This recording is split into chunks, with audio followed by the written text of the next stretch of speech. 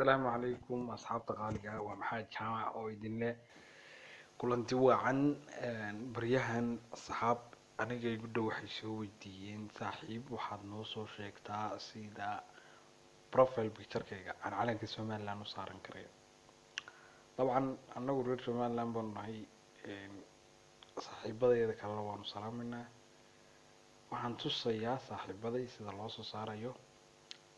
profile picture-kaaga ama sawirkaaga calanka Somaliland dadka intooda badan way garanayaan laakiin dad bay soo weydiiyeen marka hore waxaad tagaysaa profile-kaaga Facebook-kaaga profile-kiisa ka inoo sheegi maayo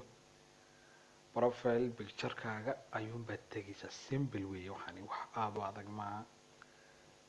profile picture-kaaga markaad tagto halkaas baad ku dhufanaysaa add frame baad oranaysaa